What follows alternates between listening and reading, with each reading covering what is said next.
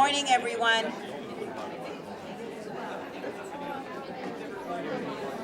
I hope you've helped yourself to some coffee this morning. My name's Elaine Schwartz. I'm Director of Guidance, and I'd like to welcome you to our Sophomore Parent Coffee. The way that I would like to begin is to first introduce our amazing principal, John Dodig. And by the way, he will really get to know your students, and he probably knows many of them already. Good morning, everyone. Oh, that sounded like my little classroom. Very nice. I'll keep it brief. I hope the first 2 years have been good for your children.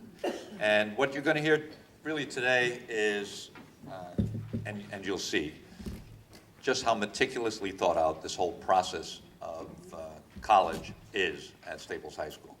You're really taken by the hand, and your first taste of all this is going to be next year when your children are juniors. And it's frightening if you've never gone through it before. If you have, it's old hat. I talked to a parent last week who, I forget how this conversation came up, but it was her fourth and last at Staples High School. And the whole college process, she said she's not involved at all whatsoever. And it was so different than when she had her first child go through, where she fretted over every single step of the way. But you're in good hands. Our people know what they're doing. Every year we send 2 or 3 or 4 guidance counselors somewhere in the United States to see colleges. They actually walk the campuses, they meet the admissions people. And what I hear over and over again from parents is when they take their children to visit colleges, they walk into an admissions office for their meeting, the first thing out of the mouth of the admissions officer is, "Oh, you're from Staples," and with a big smile on his or her face, because they know over time that kids who come from this school, in general, are prepared beyond the average kid coming in onto that campus. So they already know that they're dealing with a quality product. So I hope, as I said, your children are happy here, and we've got 2 more years to go. It goes quickly. And thank you for coming this morning.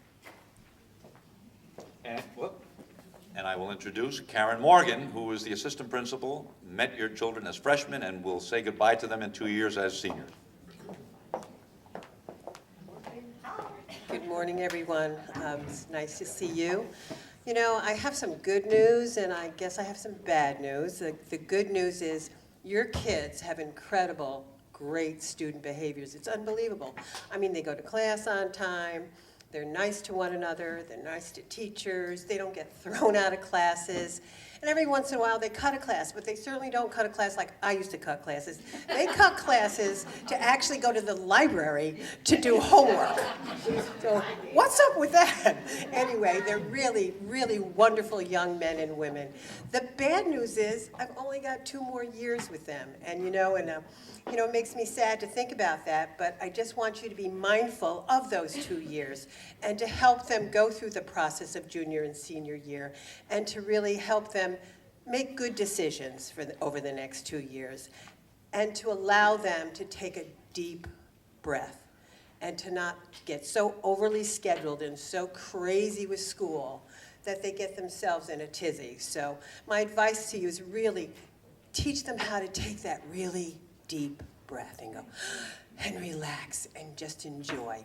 All right, so thank you. Call me if you need me. I am here for all of you. Good luck. I certainly will see you in 2 years.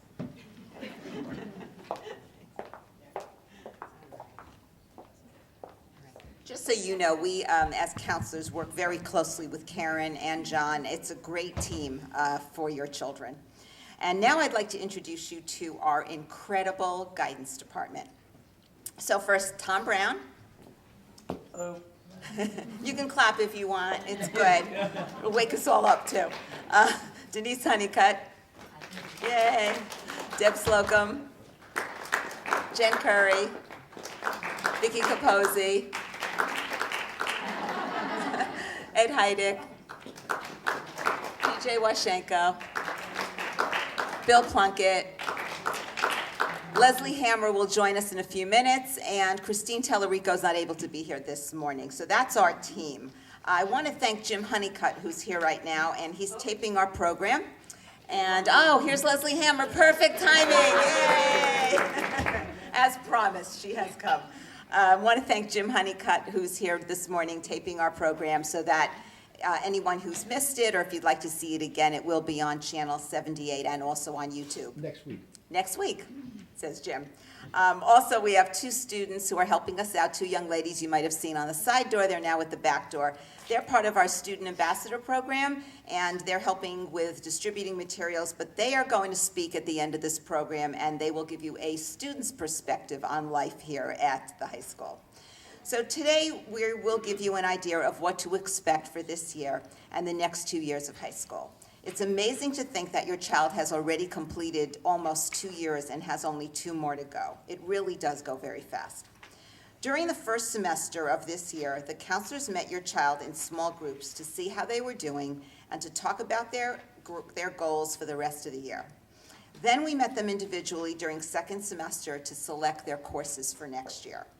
You will hear shortly about the Career Interest Profiler, which your children are taking this week and next, and we're also going into their English classes to discuss what you will be hearing today. We hope that by giving you all of this information about our programs and the timing of them, that you will feel confident that we are taking you and your children step by step through the next 2 years of high school and the post-high school planning process. The message we hope you receive today is that we care very much about your children, and just like you, we only want what is best for them. We also want to relieve any stress and anxiety for them and for you, so always feel free to contact us by email or phone if you have a concern. Please be assured that we get to know each one of your children, and we are here for them as well as for you. And I'd also, coming up next, I'd also like to introduce to you Susan Fugate and Shauna Flaherty. They are our Career Center coordinators, and they're going to tell you all about the programs they have for your children.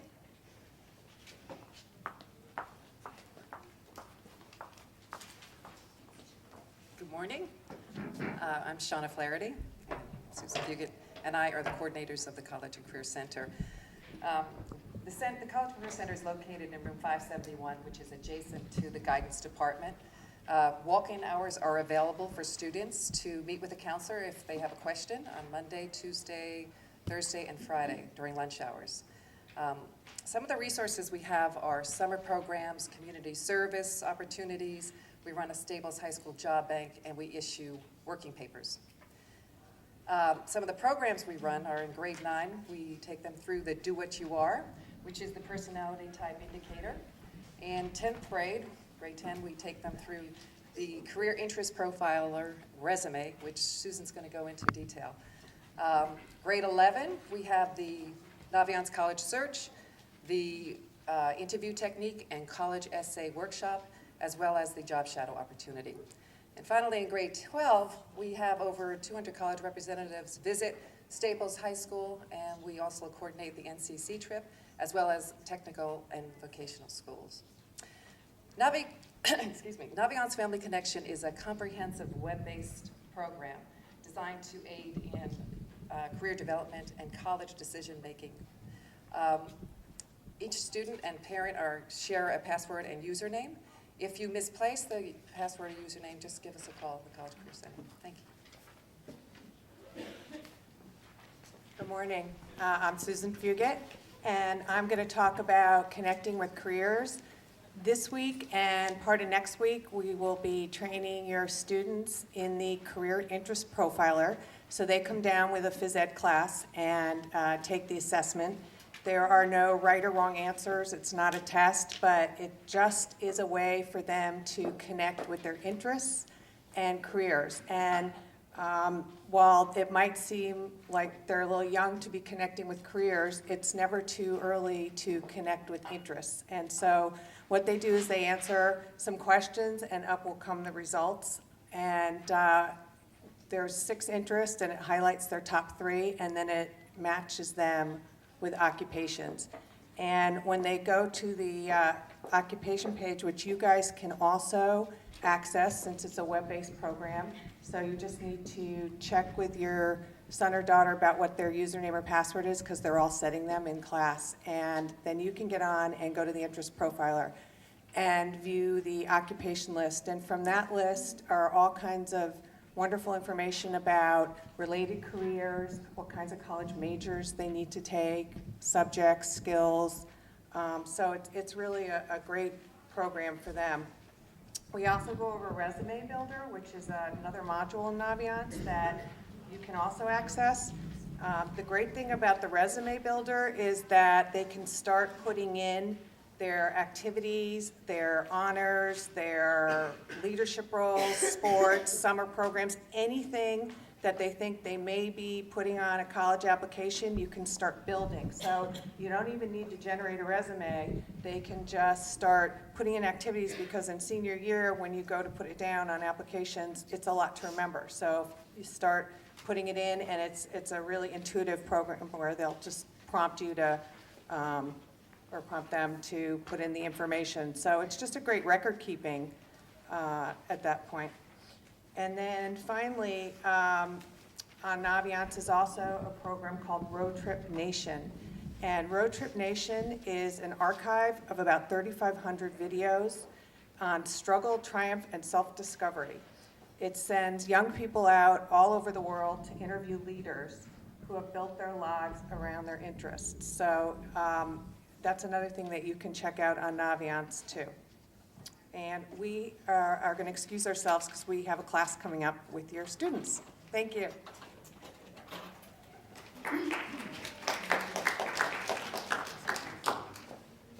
So we're just going to show you a short video from Road Trip Nation and give you a summary of what it is.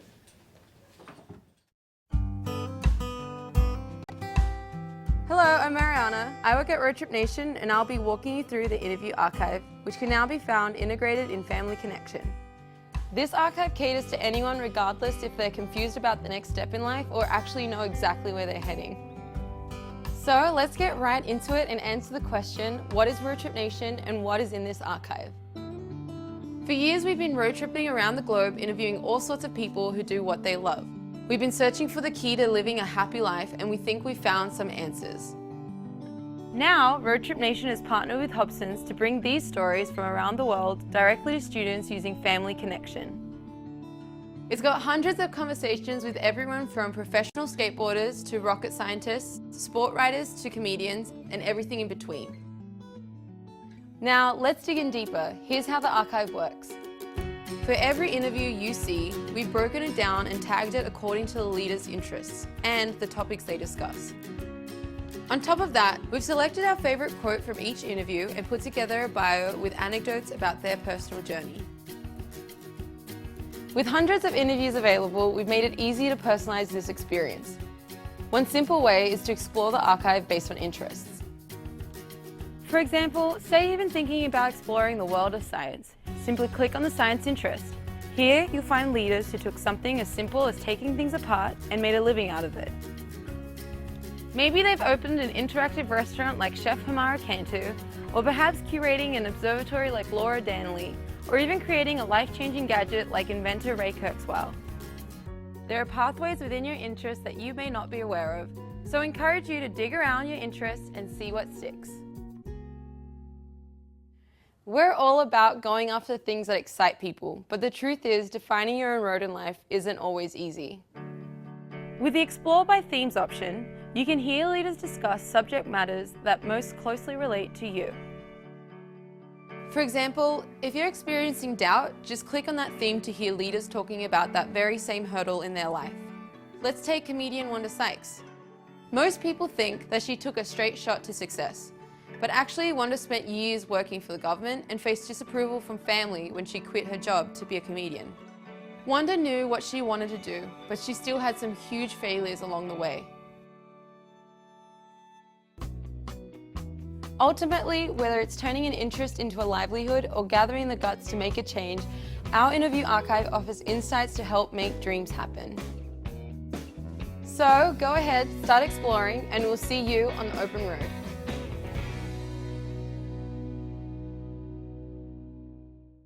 Good morning, ladies and gentlemen. I'm Victoria Capozzi, and I have to tell you that I believe that is one of the most underutilized pieces of Naviance that our students and families are not looking at yet.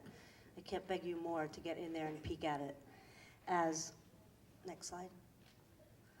as our students have many options for them after high school. And that tool can be one of the first stops in figuring out part of what their path may be after high school. Granted, we are at Staples High School, and last year, 94% of our graduating class went off to a four-year college, and 3.2% went off to either community college or two-year college, which left a few kids who last year, and we are seeing more and more this year, who are thinking of alternative routes for academics or trade or something other than traditional four or two-year college after high school. And there are many options for your students.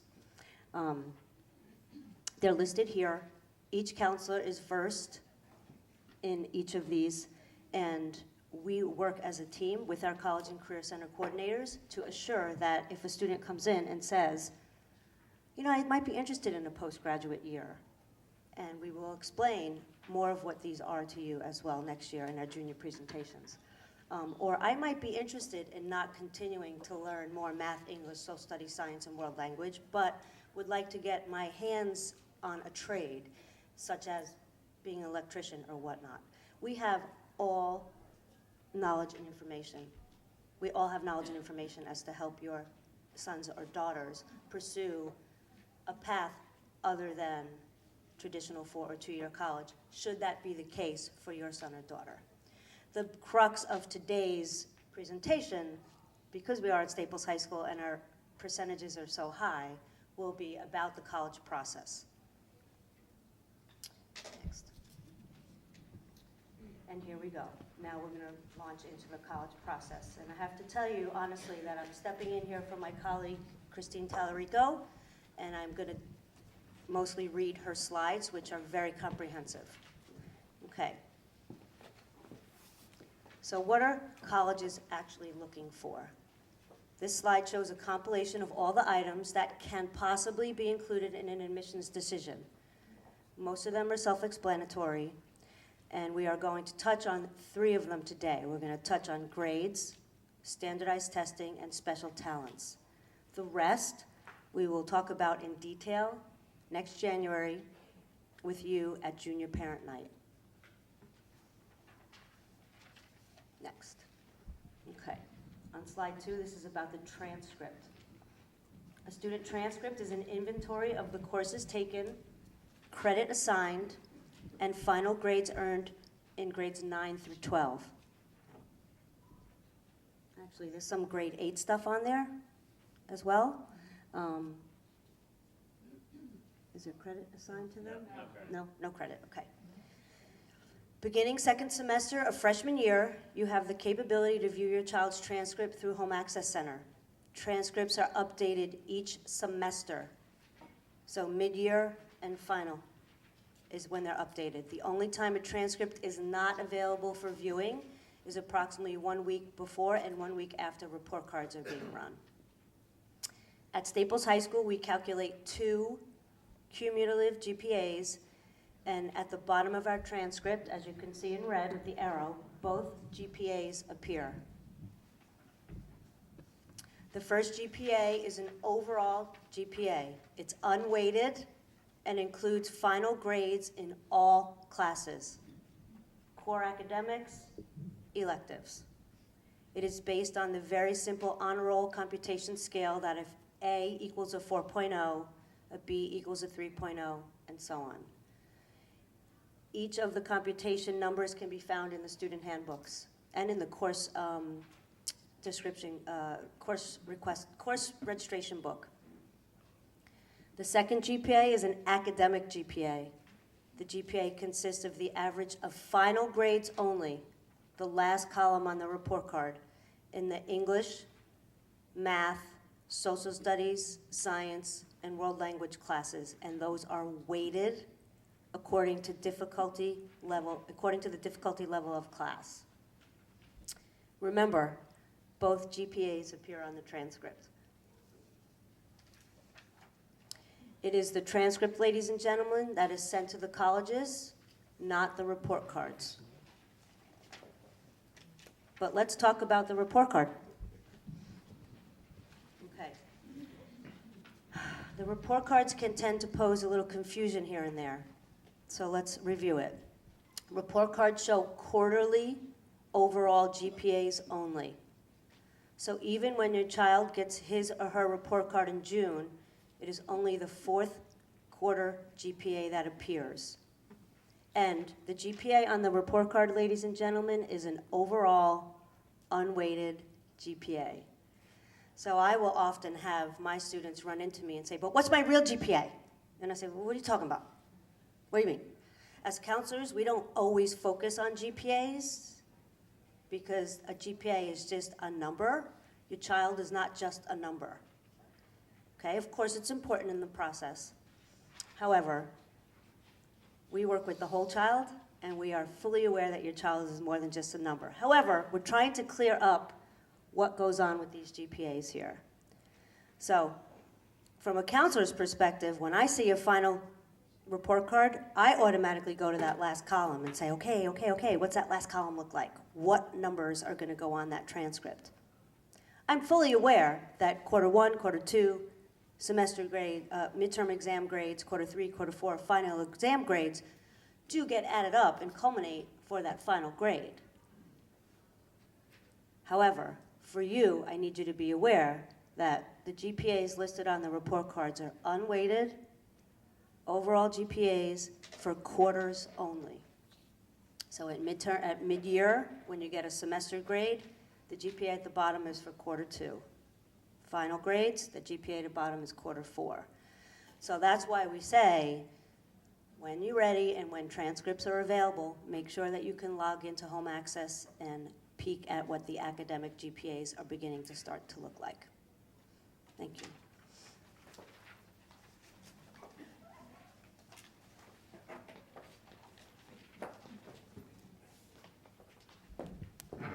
Hi, I'm Ed Heidick, and these next three slides, excuse me, are very important because they deal with grades and scores and a message that we have to your sons and daughters as well as to you. By now you should know that Schoology is a useful tool. Teachers use Schoology to post assignments and communicate via email with you, the parents, as well as students. We recommend that our students use it as a supplement to the assignment pad so that you, your son, your daughter could go into Schoology at any time just in case an assignment did get missed and find out just what it is that has to be done. Should you have an issue with Schoology, Jane Alex at the number in your packet is the person to see, and the students would see Mrs. Whippick down in the main office. Home Access Center, as Vicki just mentioned, that's the live grade book. If you're not aware of it, you should certainly look into it.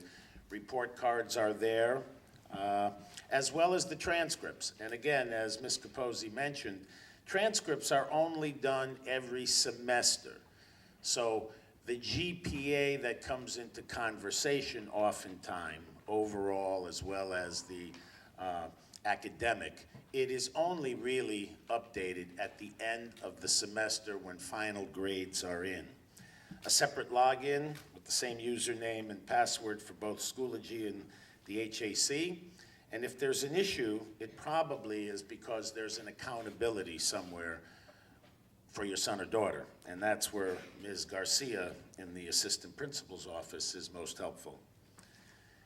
And finally, a message to you and a message to your sons and daughters. When we go into the English classes, as we've been doing the past week or so, and will continue to do so, we talk about the importance of keeping their own information quiet, not sharing test scores or GPA, because every student, every child is not in the same place at the same time developmentally, with scores or with grades in classes, with levels of classes and the like. When we were discussing it in the sophomore English classes, there seemed to be some understanding by your sons and daughters that nothing good ever comes out of comparisons of one versus another. So I kind of probed why. What could possibly be a negative effect of kids at the lunch table talking about what did you get on the PSATs or SATs, or someone boasting my GPA is such and such. How are you? Well, the kids themselves in the classes, they understand. One, they said, it could be very stressful for some. Two, they mentioned, it could create self-doubt when one student's thinking about their GPA versus someone else, particularly someone who may be boasting of a high GPA. Confidence issues they identified as something that could also arise. So they're pretty much in the know. So what do they say, or what should you say when you're out and about in the community and the conversation comes up? Well, my son did pretty well on the PSATs, but you know what? He's looking to do better next time. He's going to work at it. Same with the GPA. Every quarter is new, and my son or daughter is going to be looking to get better. They understand that, and we hope you do as well. As one sophomore the other day said to me when I was leaving, he said, you know what? I am me. And I said, you're right. And that's the message. I am me. No comparisons. You're right. Thank you.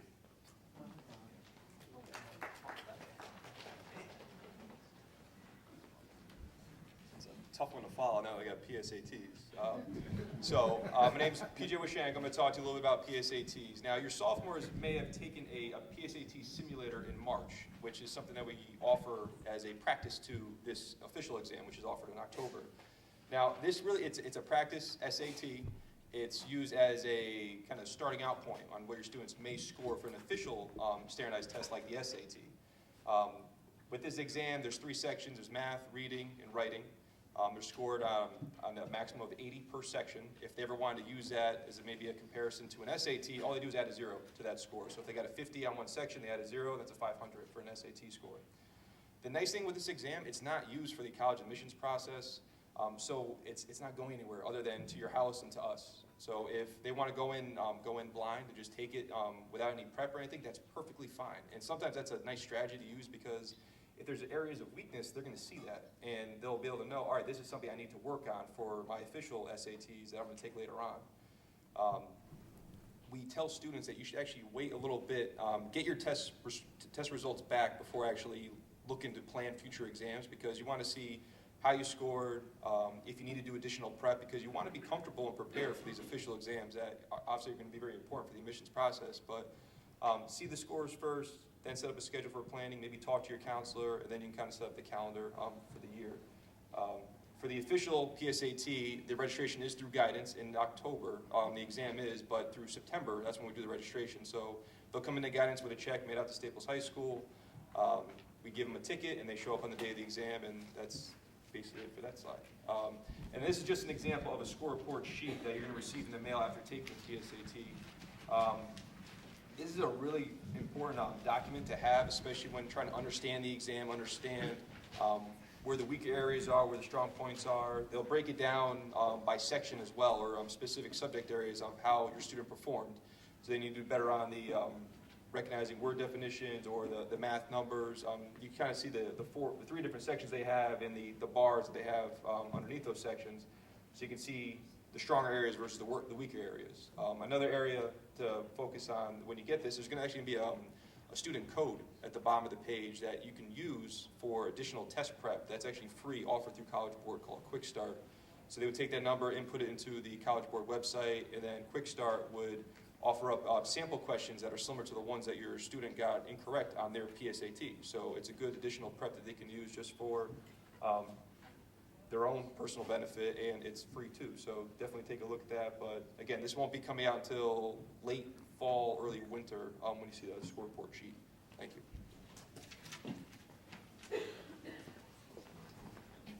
Hi, I'm Bill Plunkett. So after students have taken the PSAT in October, come spring of junior year and fall of senior year is when most would take the SAT and or the ACT, which are the 2 main tests that are used in the college admission process. We generally encourage students to take one of these tests 2 to 3 times each. But each student's So take one of these tests 2 to 3 times, but each student's process is slightly different in their timeline as well.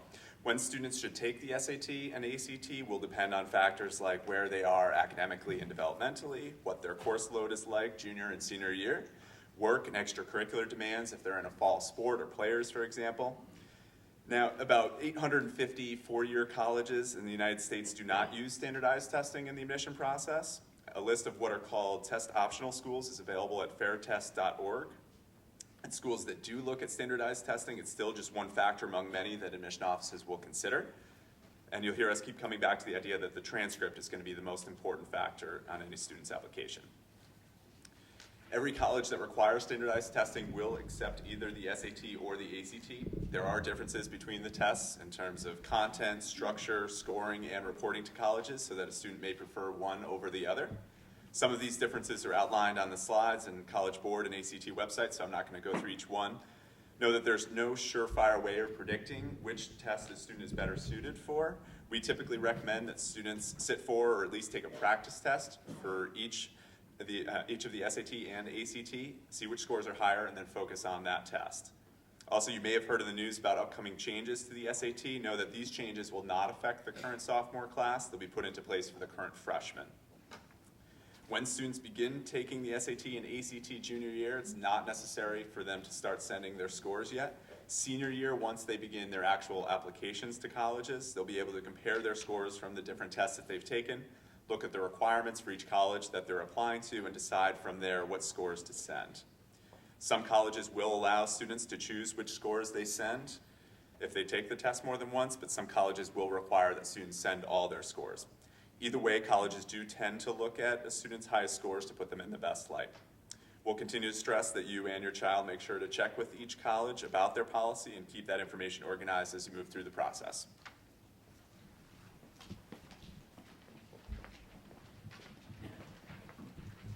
Good morning, I'm Jennifer Curry, and I'm going to finish talking about standardized testing with the SAT subject tests. So these are tests given in specific areas, and the reality is that a very small number of colleges are going to ask for these, which means a very small number of students should actually be taking these. So if your student is someone who looks at a school and it is recommended or required, then that's something they'll need to put into their test plan. Most students are going to be taking 2 tests. In a rare situation, they may choose or want to take 3 tests. And a little caveat to that is that sometimes the ACT can be used in place of these subject tests. So if this is sounding confusing enough for you, we do want to say that checking each college's website is going to be the best way to get the accurate information on what your students would need to do. So we can give you sort of the general overall, but each college has its own little nuances, and that's going to be the place to get that information. In terms of helping students decide if this might be something for them, we've put together a guide that lists the exams that are offered in terms of the subject tests and the classes at Staples that best correlate with those exams. This is not a one-for-one guarantee, but certainly if a student is taking one of those classes, college requires the subject test, they might want to consider it. Most students are going to be taking these in the spring of their junior year. However, we do mention it now because every once in a while a sophomore may choose to take it. There is still time to register for the June subject test if that's something that your student might want to do. The test is given on June 7th and the registration deadline is May 9th. Again, no matter when your student is thinking about possibly taking these subject tests, they need to speak with their content area teacher as well as their counselor to make sure that it is an appropriate test for them to take before they sign up and sit for the exam. And then the last piece, and this is advice we give based on the college process, but also just good advice in general we give to your students, is that anytime they do anything, they should be using their full legal name. So if they go by a nickname or they go by their initials or their middle name, they should always be registering for anything with the name that's on their birth certificate. If you think about the college process and a lot of the things that will go into that eventually, a lot of information gets sent regarding your student. So if the same name is used every time, it's going to ensure that everything gets matched up accurately. So the first thing to do for the students and for you is just to make sure that the school records are accurate. So next time you log on to Home Access, just make sure that your student's name is the way that it should be. Thank you.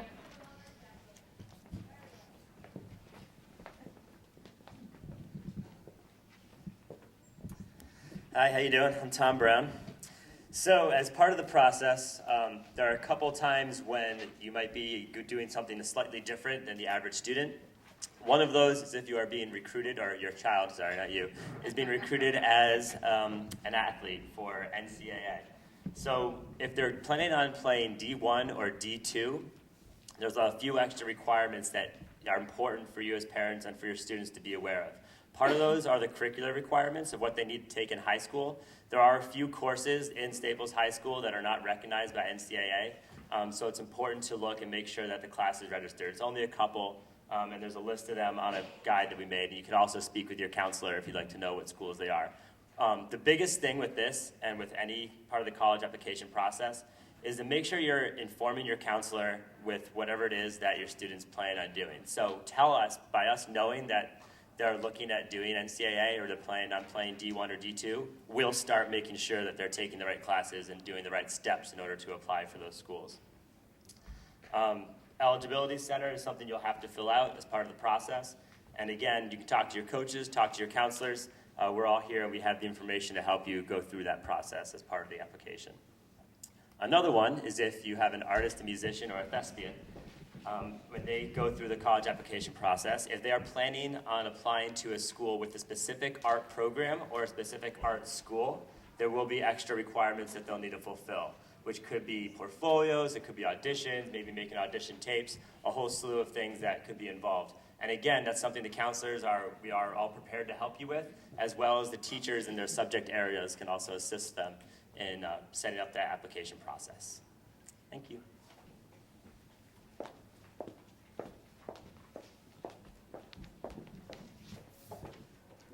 Hi, I'm Denise Honeycutt. Nice to see you all. Be aware that if you have a son or daughter who is currently receiving accommodations through a 504 plan or an IEP, those accommodations can be also received at the college level. We will guide you through that process when the time comes, and also you will get a letter explaining the process of how to get those accommodations. Also, for those of you who have a son or daughter who is interested in one of the service academies, that process of applying begins early. We recommend that you go onto the Service Academy websites and read through what they require. All service academies, with the exception of the Coast Guard, require an appointment or a recommendation from a United States Senator or Congressman from Connecticut, and this takes time, and they're only allowed a certain amount. So just be aware that these are things that need to be done much earlier than typical college applications. Thanks.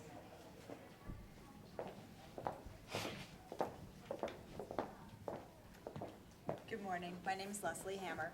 With regard to the post-high school planning process, the Staples Guidance Department is both comprehensive and developmental in nature. We aim to introduce programs and publications to our students at the most appropriate time for the majority of students. Of course, there will be exceptions at sort of both ends of the spectrum. There'll always be a few who march their own drummer and get through this process in their own time. But for the most part, this timeline has proven to be very successful in helping our students to get where they want to be after high school. I'm not going to go into great detail here, but would like you to know that while this morning's presentation is really meant as a sneak preview into what the next 2 years will bring for your child, the real push on the college process front begins in earnest in December of their junior year, when we visit our students in their English classes, give them their own copy of the post-high school planning guide, and walk them through this entire process step by step. We'll go through the same information with you in January at the junior parent night, and then the counselors will begin to meet with families and students together to discuss each student's individual goals and needs.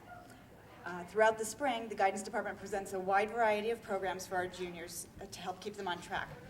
If this is your first child to go through this college process, some of these may not make sense to you right now, but they will when the time comes. We'll also always give you plenty of advance notice as each of these offerings approaches by email, Staples website, principal's newsletter, television screens around the school, and school-wide announcements over the intercom system for the students. If you're really curious now, though, you can find more information about much of this on our website. Next one. So the same applies to the senior year timeline. I won't go into any great detail around that schedule today, but please have a look to see what's to come there. Thank you.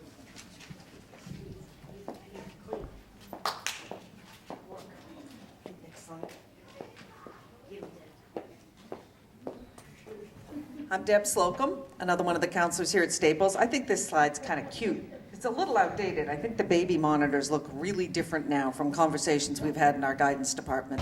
But I think you guys get the basic idea. Look like an iPhone. Turn off the baby monitor, leave me alone. A message a lot of kids try to send their parents now. Next slide, please. So I think most of us would agree that students today, especially in affluent, highly educated communities like Westport, are experiencing extraordinary amounts of stress and anxiety. It's fair to ask why. They've got involved parents, financial resources, access to an excellent school system, and fulfilling extracurricular activities. So, what's happening? What's gone wrong? The research is clear. The pressure to achieve, both academically and in their activities, is producing the most stressed, judged and tested, sleep-deprived generation ever. In guidance, we've seen a tremendous increase in self-reported and parent-reported stress-related insomnia, stomach aches, and headaches. And let's call a spade a spade. This stress is not in the name of having fulfilled children. The line, "but she really wants to do all those activities," doesn't ring true. It's about perceived success, and particularly success in the arena of college admissions. And this pressure is making our kids sick. This week, we've been going into sophomore English classes and sharing and asking students themselves, what are the first words that come to mind when they think of high school? The most popular words, by the way, are not friends, fun, sports, players. The first words offered in the classes I've led, and I've led 5 of them with coworkers, are SATs, stress, competition, homework, pressure. I hope that makes you as sad as it makes me. Granted, it may be in hindsight, but I honestly didn't think about college until my junior year. And I was a high-achieving student. I was going to say, before you blink your eyes, your kids are going to be seniors being called down to talk about their internships. Something to keep in mind. I wasn't thinking about SATs as a sophomore. I was focused on my weekend plans and passing notes to my friends between classes. Can you imagine that? Written notes to friends between classes. So here's the reality. We all want our children to be happy. And unfortunately, unconsciously, we often equate happiness with academic, personal, and financial success.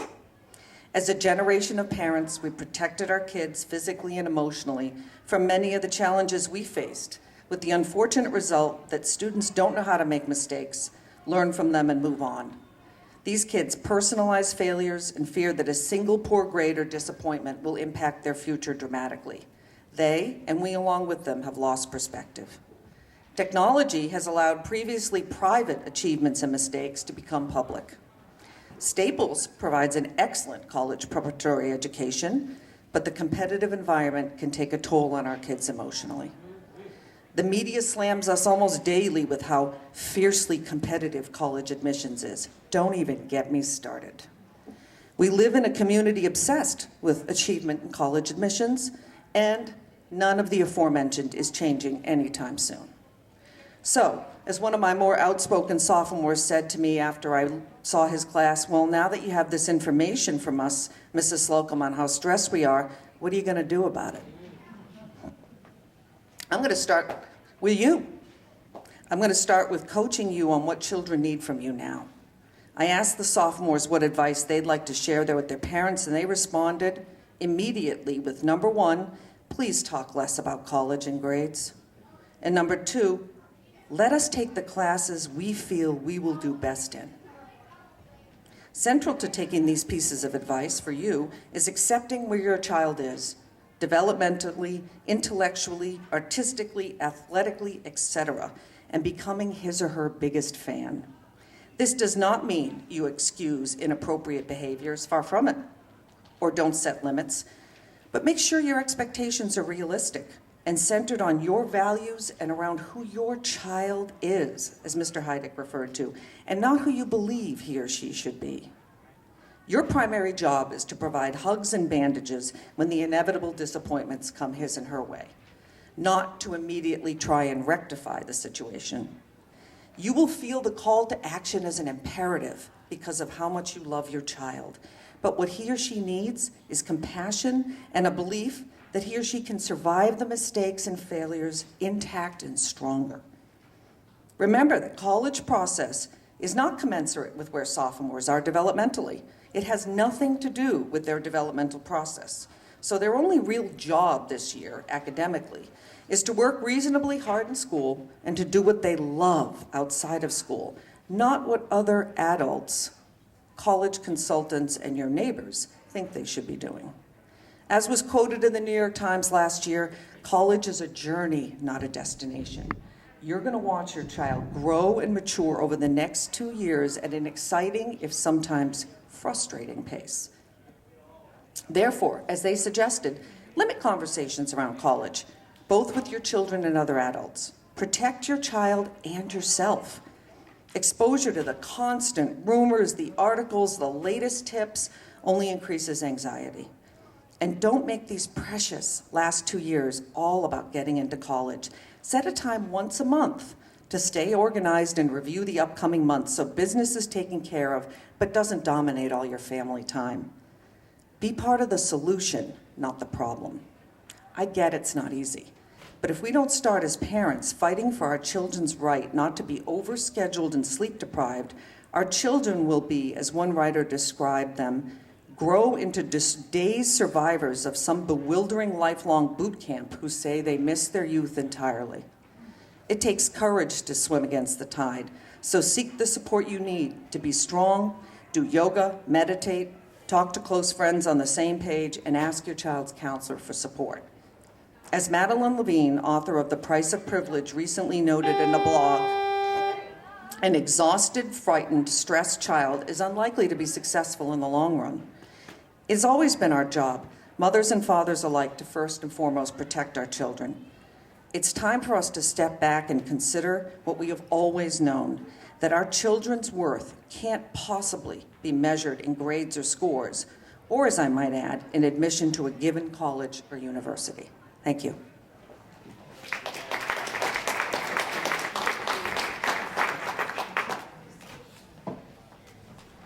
Well done advice, for sure. We have some online resources that we think will be helpful. And I also want to thank you all for coming, and just know that we really enjoy your children very much, and we're glad we've got 2 more years with them. So take care.